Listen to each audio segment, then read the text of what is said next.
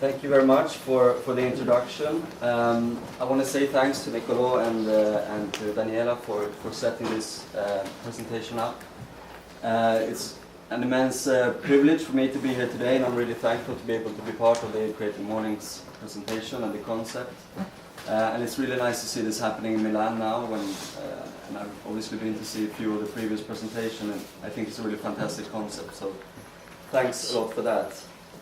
I also want to say thank you to all of you who came here. I'm not a big fan of getting up early in the morning, and just the fact that to see so many people here is really amazing, so thanks for coming.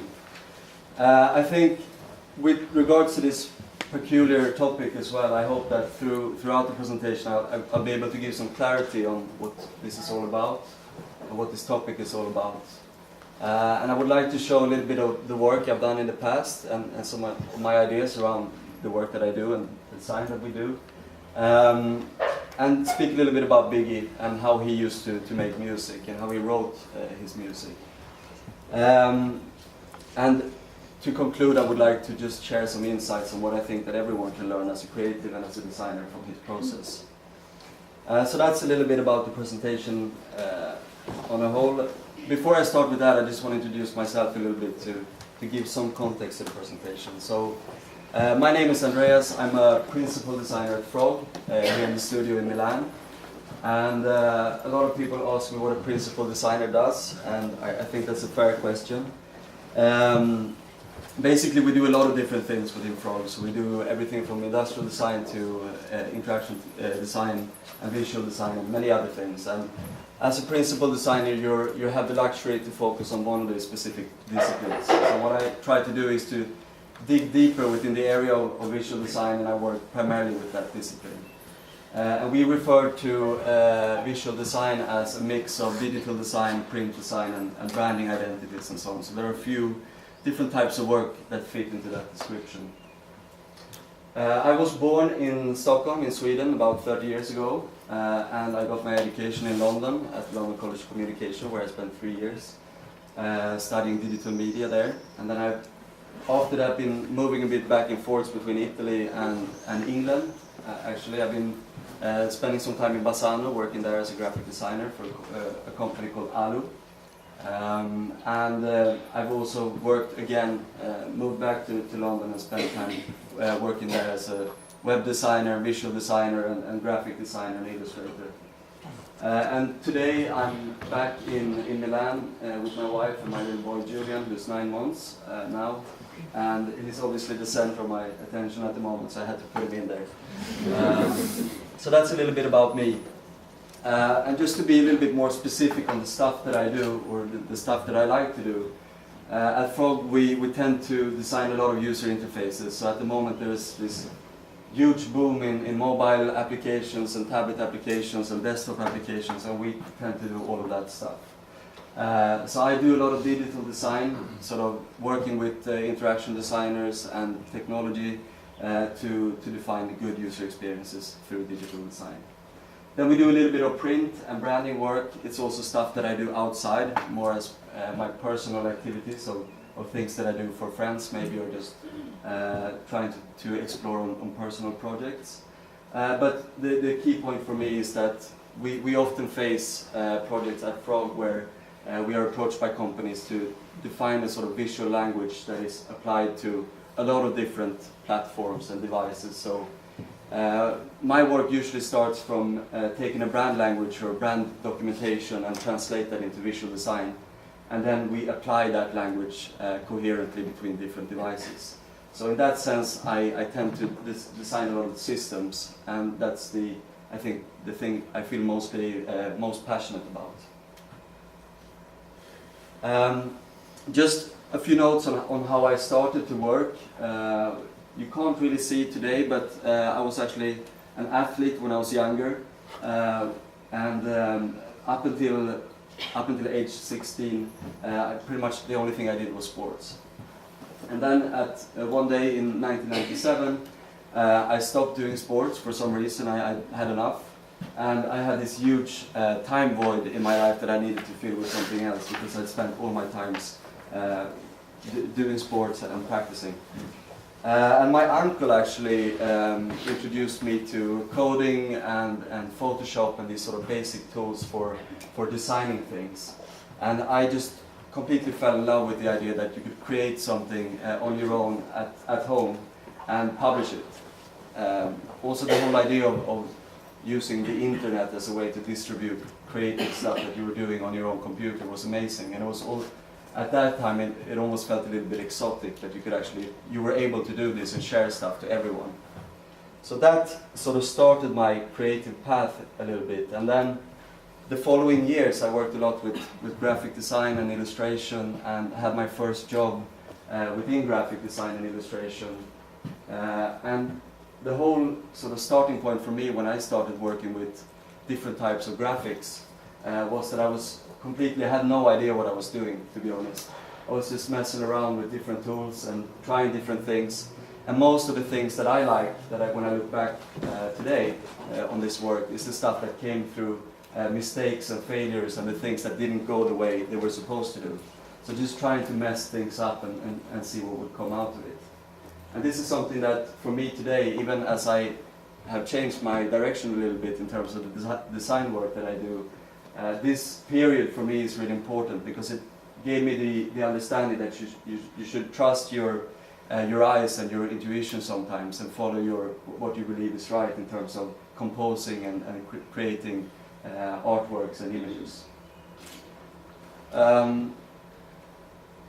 When I went ahead in my career, if you like, and I started to work with different kinds of clients and in different type of contexts and with different types of brands, I actually completely went away from the idea of using design as a way to express myself.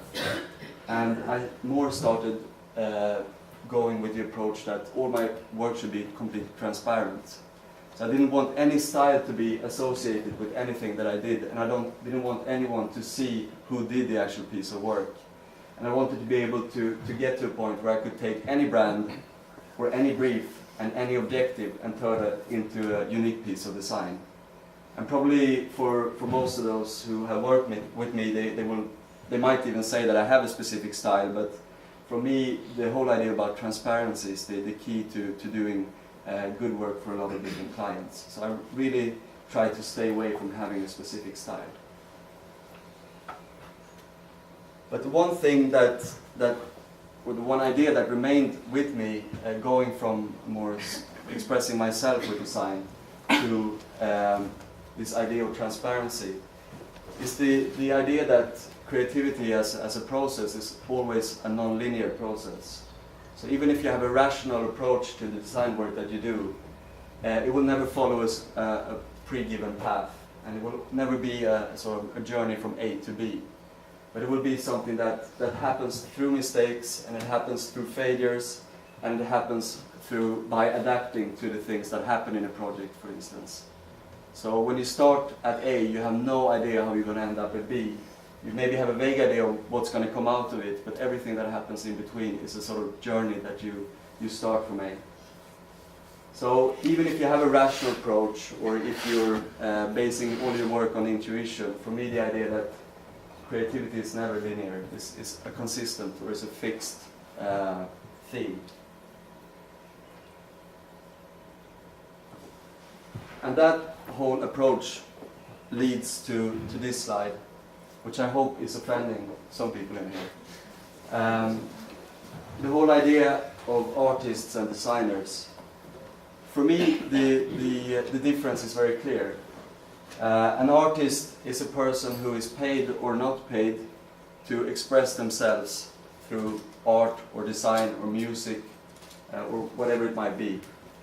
And they express their own opinions and their own ideas or their own emotions through the work that they do. A designer is a person that is paid by a client or by someone to realize someone else's objectives. You're trying to solve problems with the design that you do.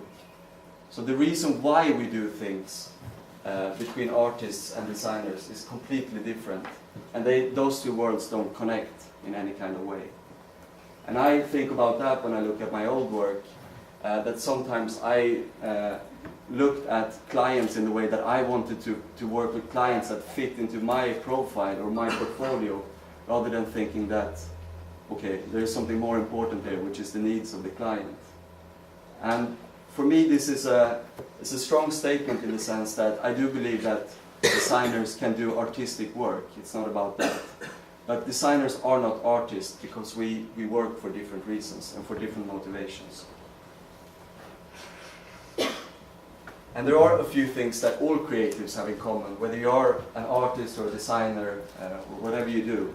And obviously, writing this article that I will present today about Biggie Smalls, what I found interesting is that if you compare all different types of creatives and artists, like even if you compare Ernest Hemingway or Beethoven or Philip Stark or Biggie Smalls, all of these people have something in common, and that's how they do things and what they do. So the why is different in terms of the motivation, but the things we actually do and the processes that we use to get stuff done is similar between people who do different things.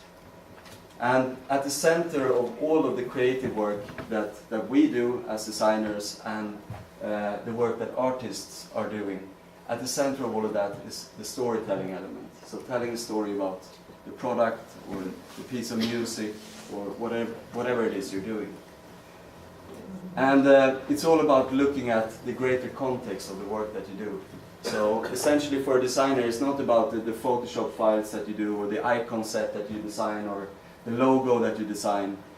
Those are all very important parts of a project, but they are not the project. And the whole idea about storytelling is to look at the greater context of the work that you do. So maybe the lives of the users who will use the product in the end, or the life of the clients that actually pay you to do this kind of work. So the storytelling element is all about looking at the greater context of all the design work that you do. And then what we also have in common is building the system around these kind of stories that we tell. So the system are the sort of design attributes or musical attributes or writing attributes that come, which are the sort of vehicle to explain the story. And also there are a lot of similarities. If you look at rap artists or if you look at designers or writers, for instance, that you have the sort of technical details about how something is achieved. So these two things, telling stories and building a system around them to tell that story, those are the things that every creative have in common. And that's also between artists and designers. And for me, the thing about Biggie Smalls, for those of you who don't know who he is, he's essentially one of my favorite rappers from the 90s. I have to admit I don't follow hip hop so much these days, but when I grew up and when I was a teenager, early 20s, Notorious B.I.G. or Biggie Smalls was one of my biggest heroes. And I think that was for a few reasons. I was always impressed by his style of rapping. I thought he was a very big guy, but he was very elegant in the way he told stories, and he had a really beautiful technique around how he rapped. And the second thing was about the fact that he was so productive in the years that he was working. So he was basically shot to death at age 24. And he had released an immense amount of material at that age. And also after his death, 5 or 6 albums were released with material that didn't come out. So he was extremely productive in the years that he worked.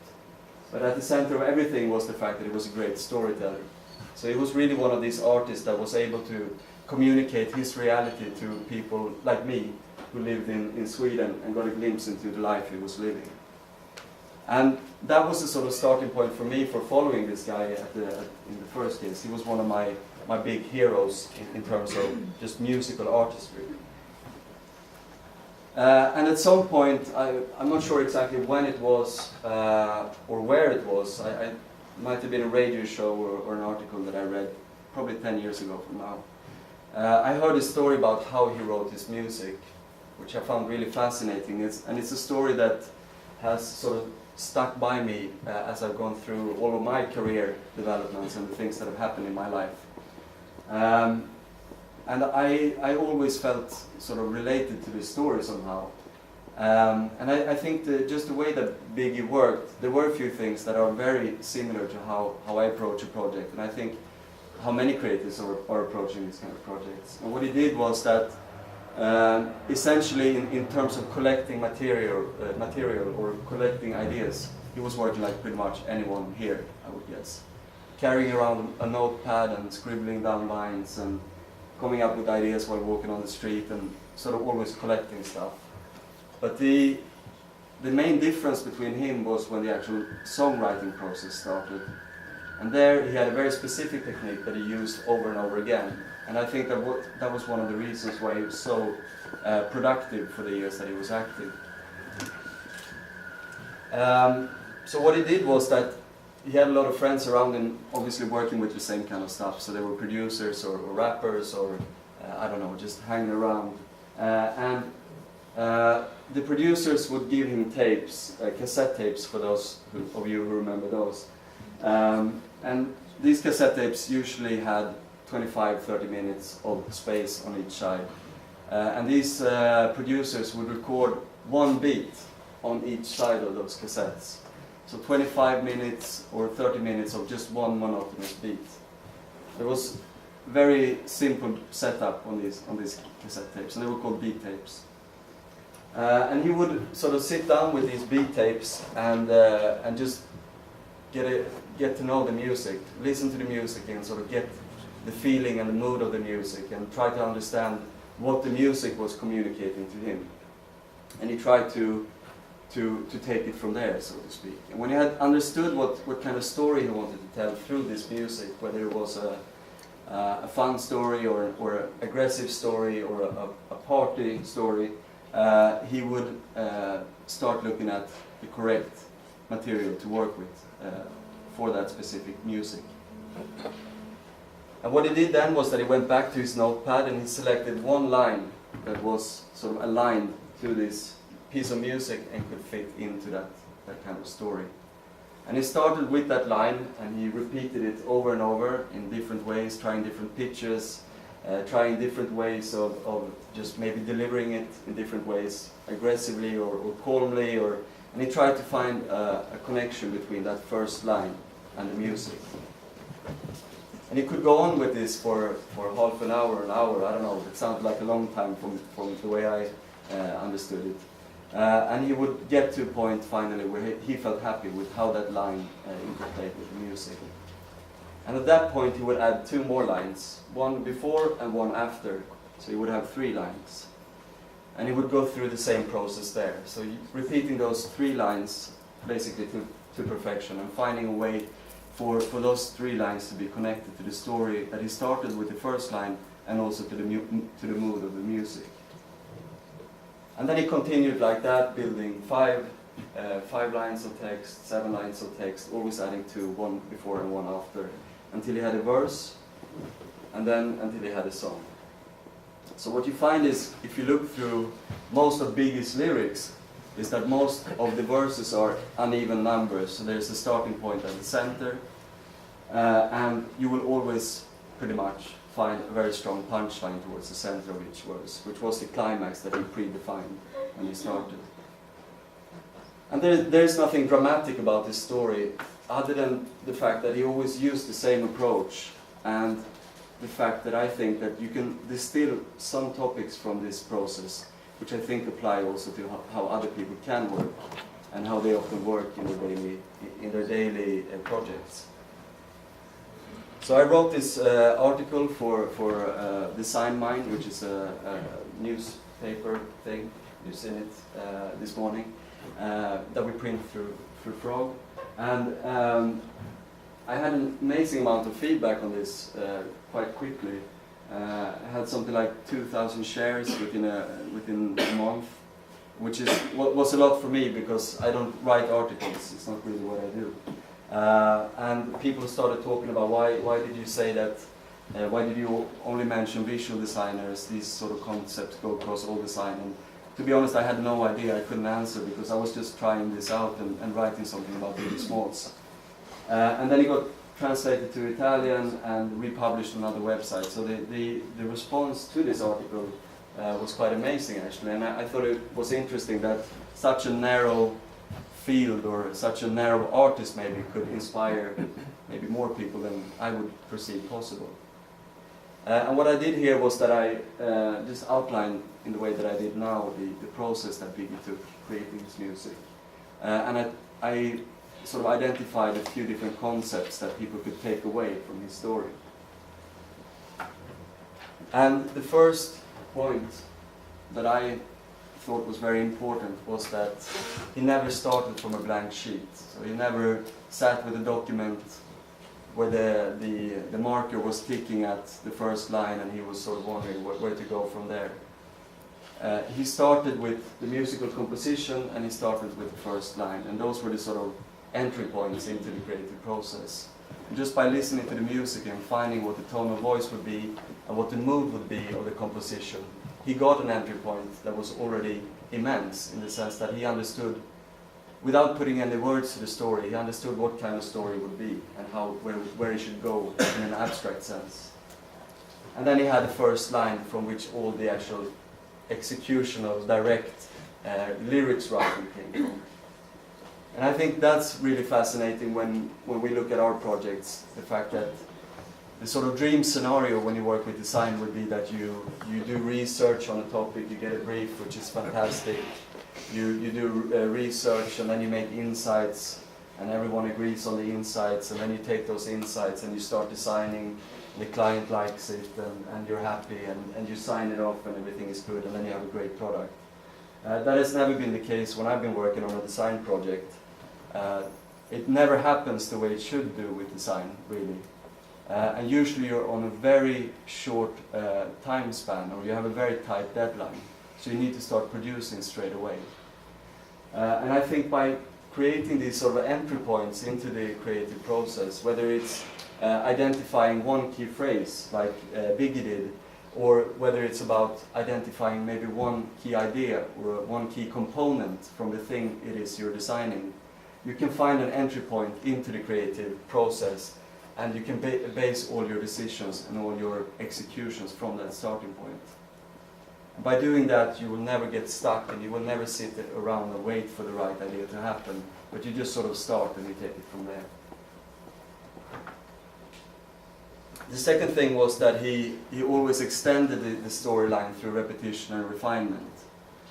So he took this one line that he started with, and he had the music that he started with, and he added lines before and after in a way that was consistent to the first line and to the music. And he always scaled up that system in a way that was coherent to the story he was trying to tell.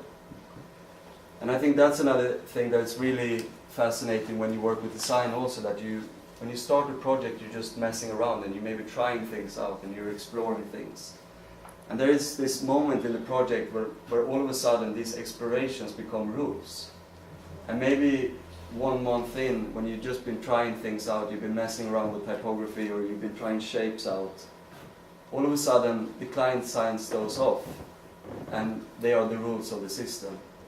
And it's a really strange moment when you have that part of the project, that all of the things that you were just trying out and say, okay, I put a circle there and I will add this amount of spacing between these two elements.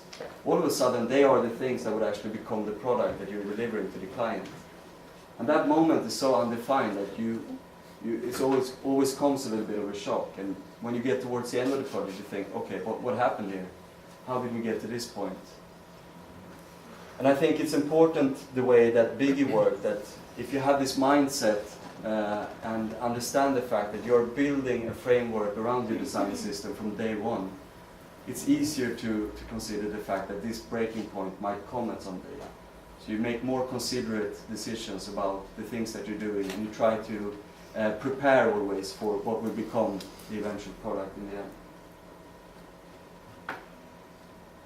And the last thing that I took out was that every syllable, word and line mattered. So if you look at Biggie's verses again, breaking those down into specific components, you can see that everything comes from the first line, and all of the decisions are based from that first line. And if you remove one piece or one line or one syllable from this system that he built, the thing would fall apart. And that shouldn't be directly interpreted as that we should do things that fall apart if you remove something. But it is all about creating a system where every detail matters. So going back to the idea around storytelling, what is the story you want to tell to the client and to the user of the thing that you're designing? And how does the system that you are designing around that story, how is it actually helping to tell that story? And in that context, every detail matters. There's another musical artist and a producer called Brian Eno, which probably most of you know. He was basically a producer. He worked with a band called Roxy Music in the 70s, which was an amazing band. And since then, in the 80s and 90s and up until today, he's been producing probably some of the biggest rock bands in the world, like David Bowie, U2, Pink Floyd, probably up until Coldplay today. And he is also quite an interesting guy in the sense that he thinks a lot about how he works, and he thinks a lot about different types of approaches you can have to projects. And he basically divides creatives into two different groups, architects and gardeners. And there are two distinctively different ways of working with design in terms of how you go about your process when you're designing things. And the architect on the left side is a person who makes rational decisions and follow a strict process of making rational decisions. It's a person or a creative that builds a foundation and builds or constructs a building or an object from that foundation. So all of the ideas come from rational insights, and the system is built in a way that is linear. And the other type of creative is the gardener. And the gardener is a person or a creative who plants seeds with the work. So using ideas or concepts, you start a project or you start a process basically with abstract ideas that you plant in your garden. And as you go about the project and as you move ahead, your work as a gardener is to take care of the plants and make sure that they grow in the right way, and remove the things that shouldn't be in the garden, so to clean out the garden, and you control the sort of beauty of that process as you go along. And from this sort of theory, Biggie Smalls was a gardener. So he had a fixed method for how he was working, and he had a fixed sort of idea on how he would produce the music. But in terms of how he planted the ideas, he didn't know where he was going when he started the process, but he started from a seed that grew in some kind of direction.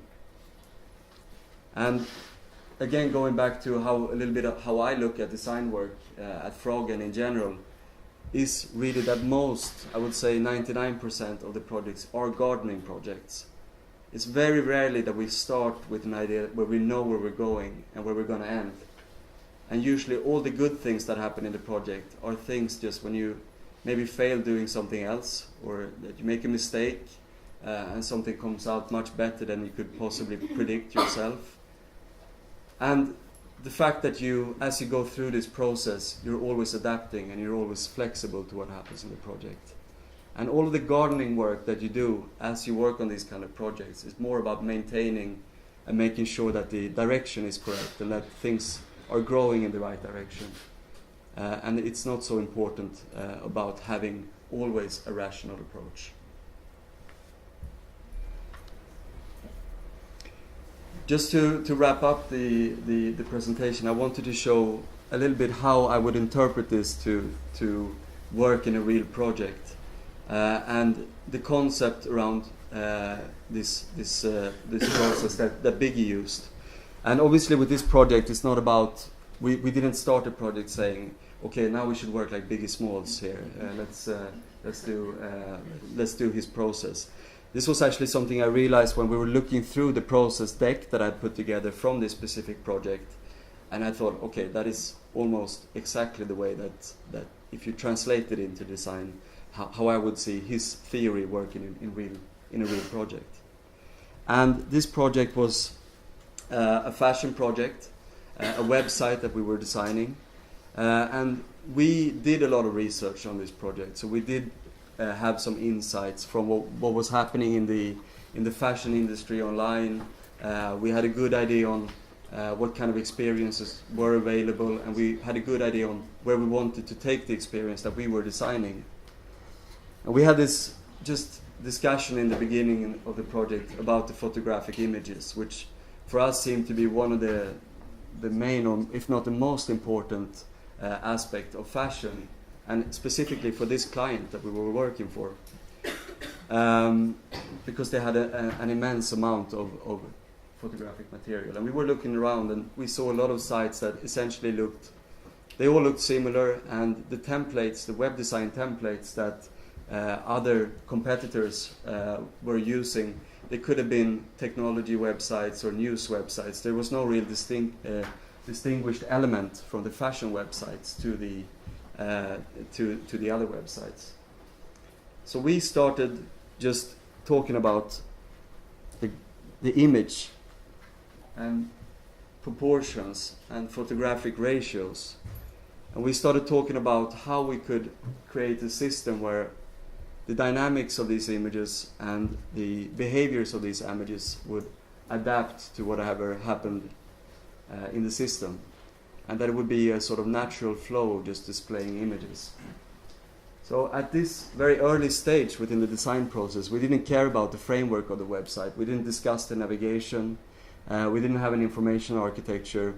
I did a few sketches, but it was all about just this little animation here that you see, creating maybe an interface or an experience that started from the idea of the proportion of an image and how that image would relate to other images. And we presented it also when we pitched for this client on that level.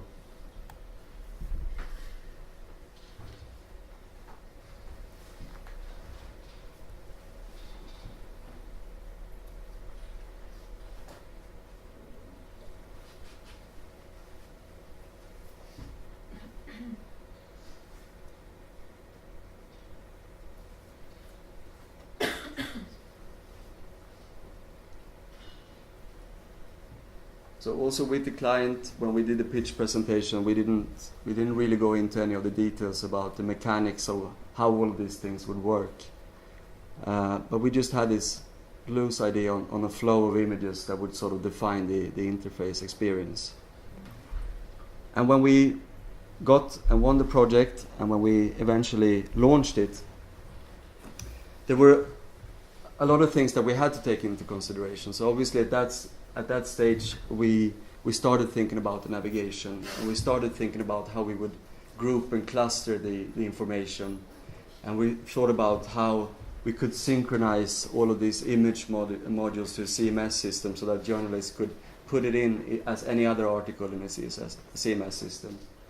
So there were a lot of technical aspects, but if you look at the actual concept of starting with the photos and having the photographs sort of defining the system experience, it remained from the actual first sketch that we put together with this animation.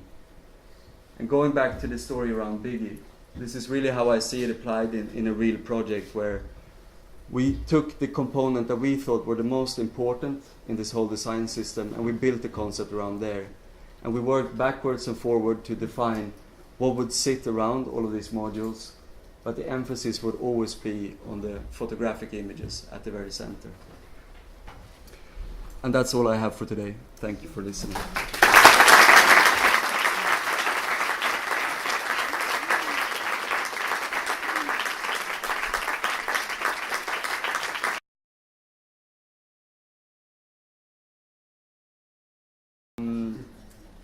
I think it's actually very similar. I mean, the sort of context of the project changes if you have work with a bigger client or with a bigger system. But I would say that, as I mentioned in the beginning, a lot of these things are the same. You just apply them on a different scale. So I don't really see any main difference. I've actually worked in smaller agencies before, and I've done freelance work. And I wouldn't say that just the fact that you work for a larger agency or with larger clients create a very different setting for the project. It's just the usually maybe the amount of political pressure you get to defend your choices and stuff like that. But I think in the actual process, I haven't really changed the way I work since joining Frog or working with bigger clients. It's just that the scale is slightly different. So, and many of the most complex projects that I worked on were freelance projects where I had to deal with the client also on my own. And also there you have a different problem in the sense that you're running the project on your own, and you're running the project management of the project, and you're also in a complete different setting of the creative work where you have to do everything. But in terms of the actual creative work that you do and the project you embark on or the journey you embark on, I would say that I see no difference between working for a small brochure kind of client, maybe developing an identity, to working to the very biggest corporations. There are differences in how you present the work, obviously, and how you explain your decisions. I would say that that's the main thing. But at the very end, you're going to sit in front of a software and design something. And the idea of Biggie, or this process here, or the idea of non-linearity and gardening, I think applies to every level or every size. It's just a matter of the context of how you present those ideas in. So for me, it's not a massive difference. It's just maybe the politics of the project that is slightly different. Yeah. Thanks.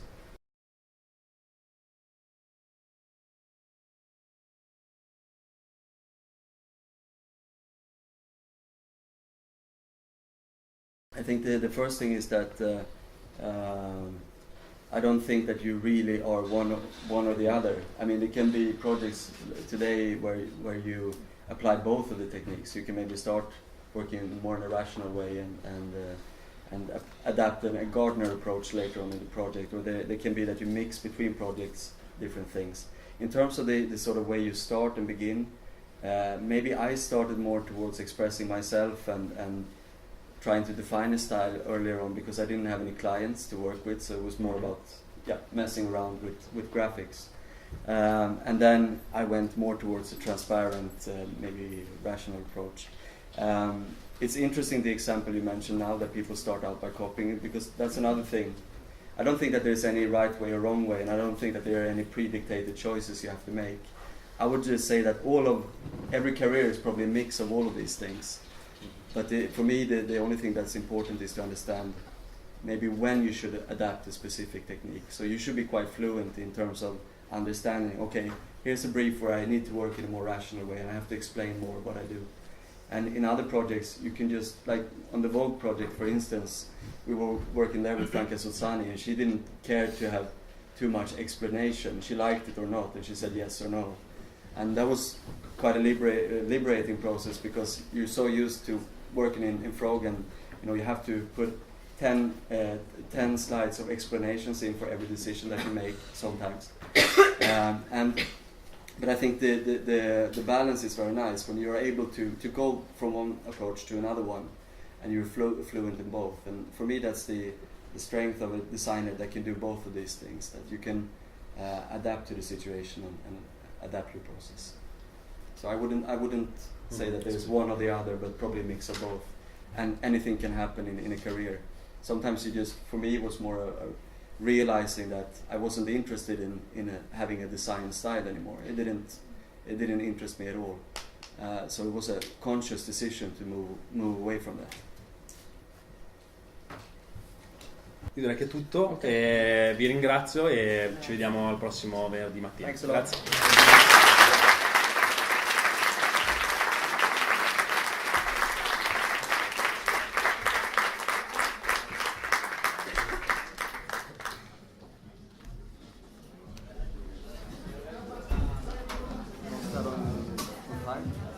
Perfect.